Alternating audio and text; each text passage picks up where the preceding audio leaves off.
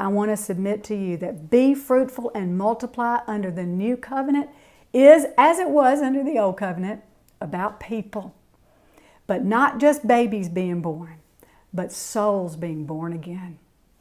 So today I want to share with y'all how Jesus, our fruitful vine, demonstrates for us who are His branches, His love and care and concern for the lost, for the hopeless, for the rejected, and how to share the gospel of His grace with unlikely souls.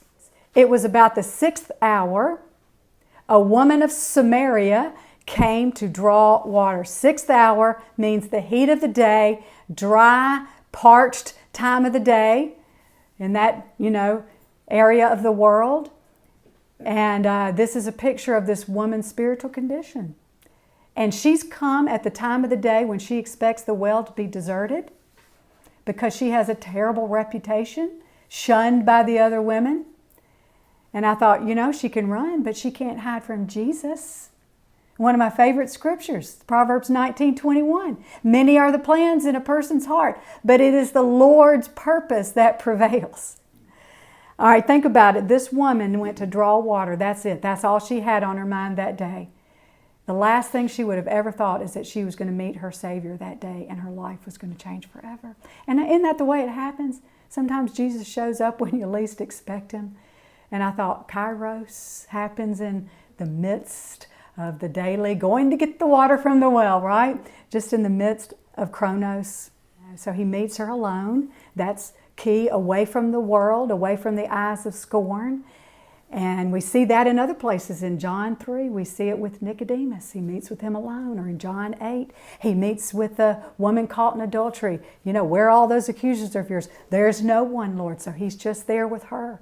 No priest, no intermediary, just alone with Jesus. So tenderly, patiently, He's going to lead this woman step by step. He's going to touch her heart with every step. He's going to show her herself, and then He's going to show her Himself. He's going to show her her desperate need, because that's part of the process. And then He's going to offer her the most precious gift, the abundance of His grace. And there is going to be a harvest. It will occur one person at a time. I want you to think about this, and this is a passage we've read so many times, but we don't usually keep on reading it in context. The prayer of a righteous person is powerful and effective.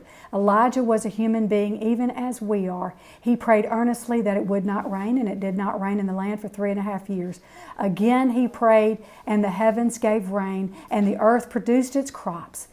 Verse 19, my brothers and sisters, if one of you should wander from the truth and someone should bring that person back, remember this, whoever turns a sinner from the error of their way will save them from death and cover over a multitude of sins. Love covers over a multitude of sins. Love is the force multiplier of be fruitful and multiply. And when that wandering one comes home to Jesus, the multiplication of their sins is wiped away.